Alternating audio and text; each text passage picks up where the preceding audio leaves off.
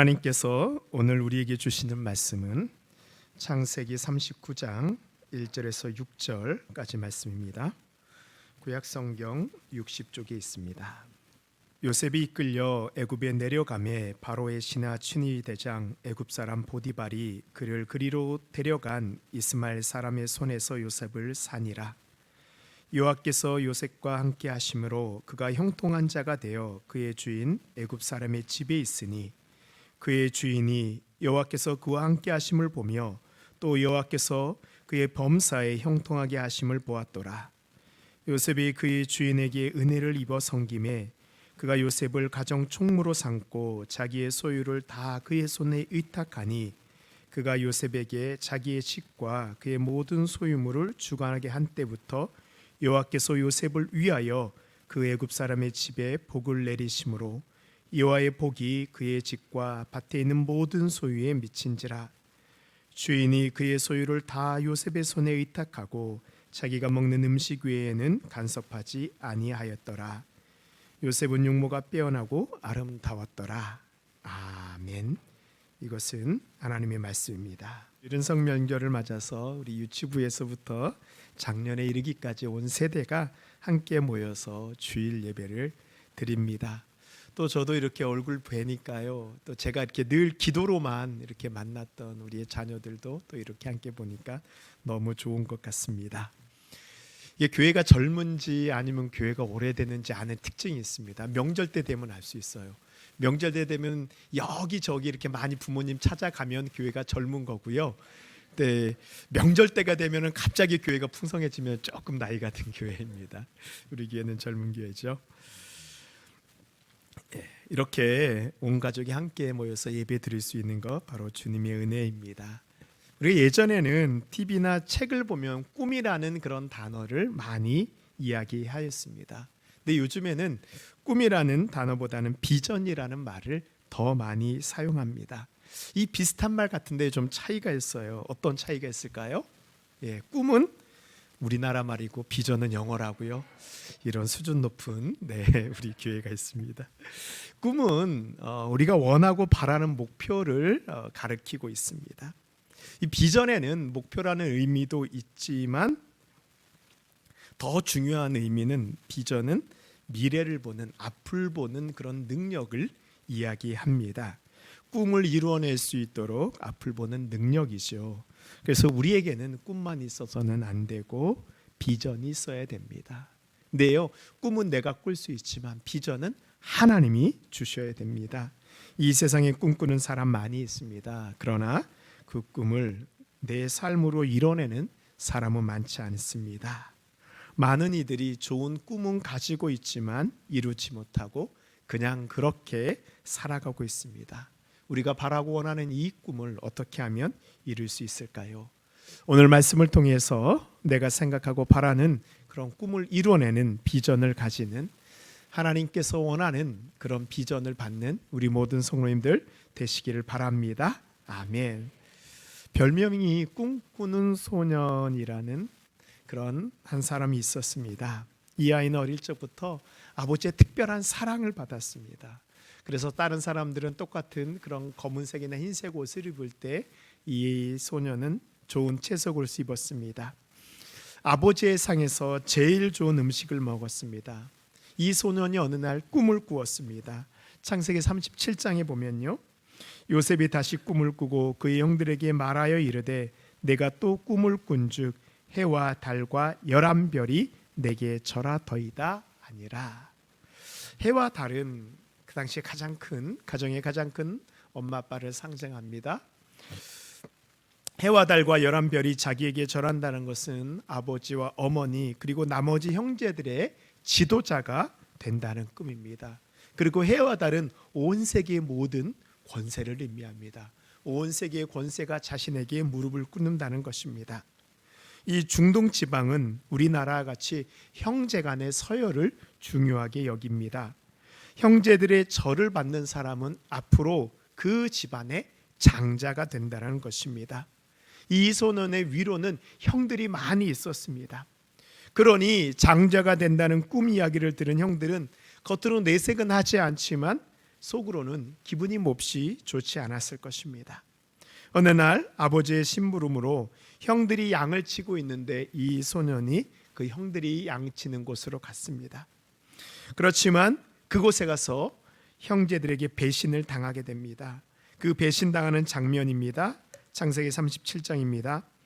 서로 이르되 꿈꾸는 자가 오는도다. 자, 그를 죽여 한 구덩이에 던지고 우리가 말하기를 악한 짐승이 그를 잡아먹었다 하자. 그의 꿈이 어떻게 되는지를 우리가 볼 것이니라 하는지라. 구덩이에 던져진 이유는 다른 형제들보다 아버지의 더 많은 사랑을 받고 앞으로 그들의 지도자가 될 것이라는, 다른 형제들에게 절을 받았다는 이유입니다. 그 꿈 때문에 구덩이 속에 던져지게 됩니다. 아무리 형들에게 눈물로 호소를 해도 형들이 구해주지 않습니다. 형들은 이 소년을 이집트로 가고 있는 미디안 상인들에게 종으로 팔아 넘겼습니다. 이집트로 가는 동안 이 소년은 내가 왜 이런 일을 당했을까? 아무리 생각해봐도 답이 나오지 않습니다. 이집트에 도착하자 미디안 상인은 자신을 보디발이라 하는 왕의 친인 대장에게 노예로 팔았습니다. 불과 며칠 사이에 부러울 것 없는 부잣집 아들에서 말도 통하지 않는 이역만리 먼 나라의 노예가 되었습니다. 만일 여러분이 어느 한순간에 가족과 떨어져 모든 것을 잃어버린다고 생각해 보십시오. 견딜 수 없는 두려움과 상실감으로 인해 희망을 잃어버릴 것입니다. 이 소년은 비록 노예의 신분이었지만 열심히 일을 하여 자신의 주인 보디발에게 인정을 받고 훌륭한 청년으로 성장합니다. 이 청년이 되니까 어느 날 주인의 아내가 이 청년을 유혹하였습니다. 그러나 그 유혹에 넘어가지 않았습니다. 그 여자는 이 청년이 자신을 범하려었다고 누명을 씌워 죄인으로 몰았습니다. 이 청년은 감옥에 갇히게 되었지요. 처음에는 노예로 팔리고 이제 좀 열심히 일하였지만 노예보다 못한 감옥의 죄수가 되었습니다. 보통 사람 같으면 이 정도 되면 신세한탄하면서 우울증에 걸릴 수도 있고 인생을 포기할 수도 있을 것입니다. 그러나 이 청년은 감옥에서도 다시 자신에게 주어진 일에 최선을 다하였습니다. 감옥에서 다른 사람을 돕고요, 이 자신이 도왔던 사람들을 통해서 왕의 꿈을 해석하게 됩니다. 마침내 당시 최고의 강대국 이집트 파라오 왕 다음에 가장 높은 총리가 되어서 모든 사람들의 절을 받게 됩니다. 이 사람이 누구일까요? 그렇습니다. 우리가 잘 알고 있는 꿈꾸는 사람 요셉입니다. 요셉은 어릴 적 모든 사람들에게 존경받는 꿈을 꾸었습니다. 그러나 그 꿈으로 인해서 많은 고난을 받게 됩니다. 형들에게 버림받고 노예로 팔리고 감옥의 죄수로 사는 시간 동안 요셉은 무슨 생각을 했을까요? 무엇이 다시 요셉을 일으켜 총리가 되는 자리까지 오르게 했을까요? 어떻게 하면 자신이 꾼 꿈을, 비전을 가지고 이룰 수 있을까요? 하나님께서도 우리에게, 우리의 자녀들에게 주신 꿈이 있습니다. 어떻게 하면 우리가 가진 꿈이 꿈에서 멈추는 것이 아니라 꿈을 이루는 비전을 가질 수 있을까요? 요셉의 비전을 이루는데 중요한 단어, 세 단어가 있습니다. 오늘 이 단어를 우리가 함께 기억했으면 좋겠습니다. 첫 번째 단어는 팔리다입니다. 뭐라고요? 팔리다. 고난은 우리에게 비전을 줍니다. 요셉의 고난을 잘 보여주는 구절이 있습니다. 37장 36절 말씀입니다. 자, 우리 함께 읽겠습니다. 시작.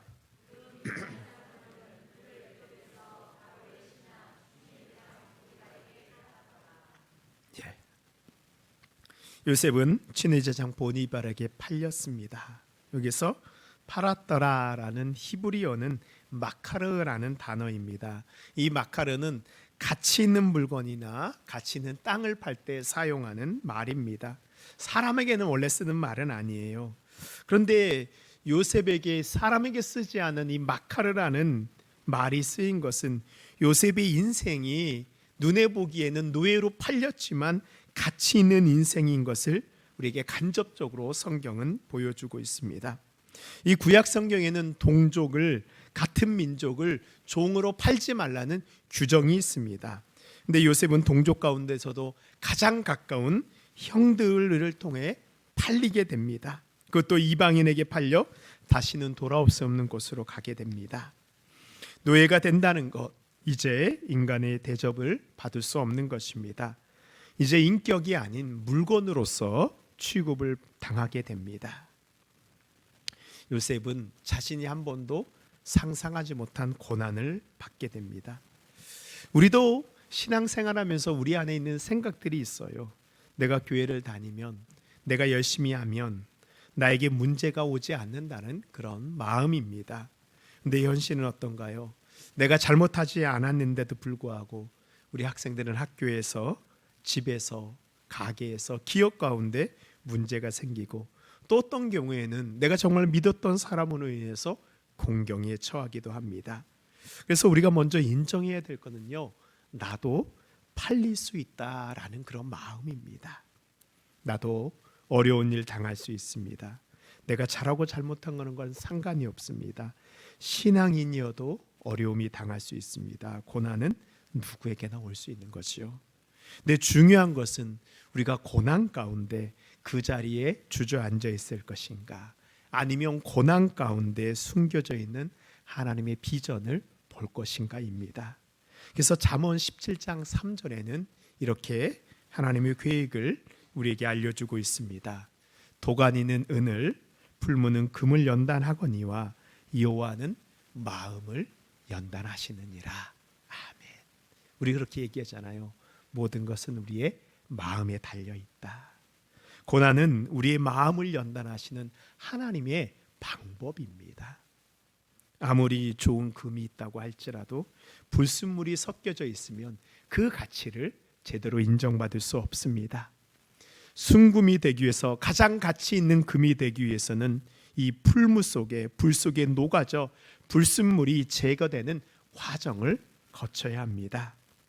지금 우리에게 오는 고난과 연단은 하나님께서 우리의 꿈을 이루시기 위해 우리 안에 있는 불순물을 제거하고 우리를 더욱 단단히, 우리를 더욱더 가치 있는 사람으로 만들기 위한 하나님의 방법입니다. 물론 누구든지 그 연단의 과정 가운데 있을 때에는 참 괴롭고 힘듭니다. 그러나 그 과정이 지난 후 우리는 세상 누구보다도 가치 있는 존재로 하나님 앞에 서게 됩니다. 혹시 이 사람의 이야기를 들어보셨나요? 초등학교 6학년 13살 때 아버지를 갑자기 여의었습니다. 중학교 때 축구를 하다가요, 축구공이 눈을 때려서 실명을 하였습니다. 자식이 실명하였다는 말을 듣고 어머니는 충격으로 인해 쓰러지고 돌아가시게 되었습니다. 졸지에 고아가 된 아이는 모든 것을 보지 못하는 상태에서 처음부터 다시 시작하게 됩니다. 맹인학교에 들어가서 점자를 배웠습니다. 앞을 보지 못하는 인생을 시작하였습니다. 그러나 그 가운데 신앙을 가지고 열심히 공부하고 주님께 기도하는 가운데 연세대를 졸업하였습니다. 하지만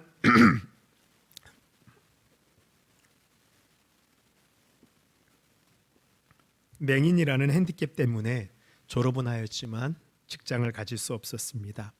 좀 더 공부를 하고자 우리나라에서는 장애인에 대한 공부를 할 수 없어서 미국으로 유학을 가려고 했습니다. 근데 그 당시 법이 장애인은 유학을 보내주지 않았습니다. 비자가 나오지 않았습니다. 그래도 포기하지 않고 노력하여서 결국 한국 최초로 이 맹인이 유학 비자를 받아 미국에 가 공부를 하였습니다. 미국에서 장애인 인권에 대한 공부를 해 마침내 미국 고위공직자 500명 안에 들어가는 백악관 국가위원회 정책 차관보로 11년 동안 근무하였습니다. 바로 이분이 믿음의 사람, 지금은 하나님 나라 가셨는데 고 강용우 박사입니다. 이 강용우 박사님은 자녀가 있었는데요, 그동안 진석이라는 아들이 있었습니다. 이 진석이가요, 자신이 태어날 때부터 보니까 늘 아버지가 앞을 보지 못하는 거예요. 그래서 내가 앞으로 열심히 공부해서 아버지의 눈을 고쳐주는 의사가 되겠다라는 마음을 먹고 정말로 세계적인 안과 의사가 되었습니다. 그분의 자서전에 보면 이런 이야기가 나옵니다. 어느 날 우리 아들 진석이가 우리 아빠는 운전도 못하고 나하고 야구놀이도 하지 못하고 자전거도 타지 못한다고 불평한다. 그래서 강영 박사는 어느 날 밤이 되어서 불을 끈 다음에 아들 진석에게 이렇게 얘기합니다. 진석아, 아빠가 말이야 눈뜬 엄마보다 더 잘할 수 있는 것이 있어. 아빠 뭐야? 야, 눈뜬 엄마는 불을 끄면 너한테 동화책을 읽어주지 못하잖아. 그런데 아빠는 불을 꺼도 책을 읽어줄 수 있어 라고 말하면서 점자로 된 성경책을 아들에게 읽어주었습니다. 정말이네? 아빠가 눈뜬 사람보다 더 잘하는 것이 있구나. 아들에게 단점을 장점으로 보여주었습니다. 강영우 박사가 13살 때 이 실명하면서 모든 것을 포기하였다면 그냥 불쌍한 한 명의 맹인으로 남았을 것입니다.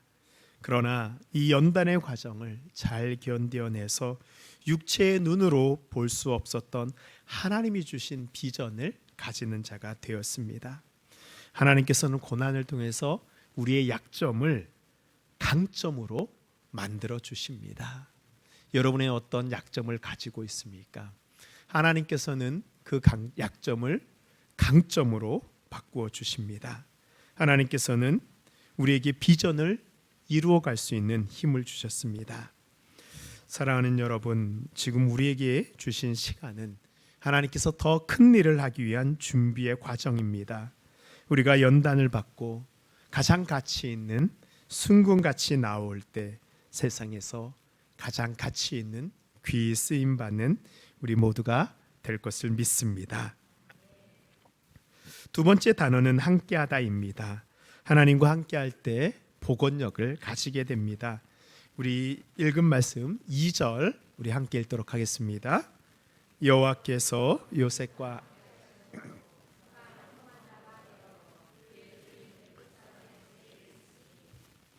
아멘. 여기서 함께 하심으로 이 함께 한다는 단어는 에트라는 히브리어입니다.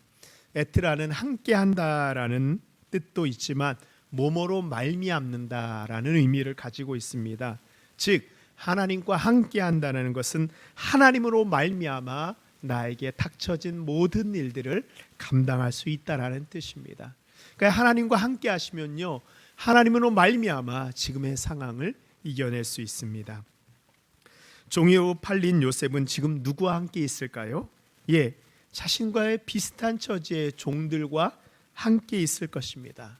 그리고 자신의 주인이었던 보디발과 함께 있는 것입니다.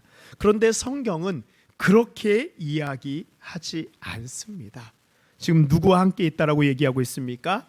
하나님과 함께 하고 있다라고 성경은 기록하고 있습니다. 여러분의 눈에는 지금 여러분 주위에 누가 계십니까? 나를 도와주는 사람도 있지만 나를 힘들게 하고 나를 어렵게 하는 사람들도 있습니다. 내 앞에 내가 극복할 수 없는 많은 문제들과 그런 장벽들이 있습니다. 그러나 믿음의 눈, 하나님이 주신 비전의 눈으로 보십시오. 지금 여러분과 함께 하시는 하나님이 계십니다. 요셉은 비록 종으로 감옥에 있음에도 불구하고 하나님이 함께 하신 것을 신뢰하였습니다. 하나님이 다시 자신을 회복시켜 주실 것을 확신하고 앞으로 나아갈 수 있었습니다. 만일 여러분 손에 두 개의 공이 있다라고 생각해 보십시오. 하나는 나무공이고 하나는 고무공입니다. 자, 이 두 개의 공을 땅바닥에 이렇게 던집니다. 나무공이 땅바닥에 떨어지면 어떻게 되죠? 그냥 툭 땅에 떨어지고 맙니다. 다시 튀어오르지 못하고 가만히 있습니다. 내 고무공을 이렇게 땅에 탁 넣으면 어떻게 되죠? 통통통 계속 튀어오르는 힘이 있습니다. 이것을 우리가 복원력이라고 합니다. 지금 여러분은 나무공간 같습니까? 아니면은 고무공간 같습니까? 그냥 땅바닥에 툭 떨어지면, 그냥 고난 가운데 떨어지면 일어서지 못하고 그 자리에 가만히 있습니까? 아니면 다시 고무공처럼 다시 튀어오르는 그런 힘이 있습니까?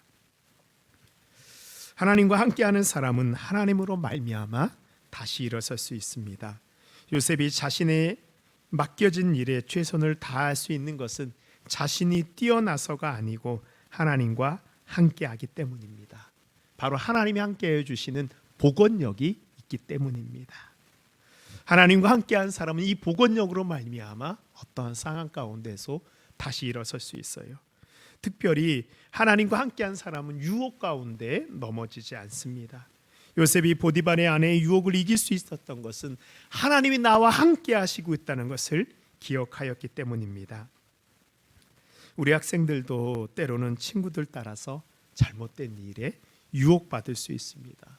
부모님을 속이고 다른 사람들을 속이는 유혹을 받을 수 있습니다.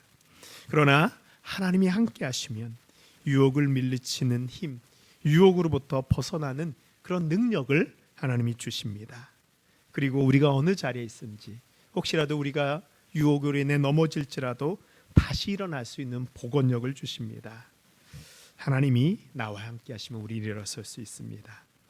한번 저를 따라해 주시죠. 하나님 나와 함께 해 주십시오. 하나님 나와 함께 하십시오. 하나님은 우리와 함께 하십니다. 우리 옆에 있는 분들에게 알려주세요. 하나님은 당신과 함께 하십니다. 아멘. 네, 감사합니다. 그렇습니다. 요셉은 비록 종이었지만 그는 자신의 믿음의 조상 아브라함과 이삭과 야곱의 아들인 것을 기억하였습니다. 내가 누구인지 기억하면 나의 가치를 알고 있을 때 우리의 복원력이 생기는 거예요. 내가 내 부모님의 자녀인 것을 알면 우리는 다시 하나님이 주신 복원력을 가지고 일어설 수 있습니다. 그렇습니다. 우리는 하나님의 백성이고 하나님의 자녀입니다. 예수님께서 당신의 생명과 맞바꾸어 구원한 가장 가치 있는 인생입니다. 그것이 바로 하나님이 우리에게 주신 복원력입니다. 우리가 지금 어디에 있을지라도 하나님 우리와 함께하여 우리를 다시 뒤에 오르게 하고 다시 일어나게 하실 것을 믿습니다. 아멘. 마지막 단어는 형통함입니다. 비전을 가진 자에게 하나님께서 형통함을 주십니다. 우리 3절 말씀 우리 함께 읽도록 하겠습니다. 시작. 그의 주인이 여호와께서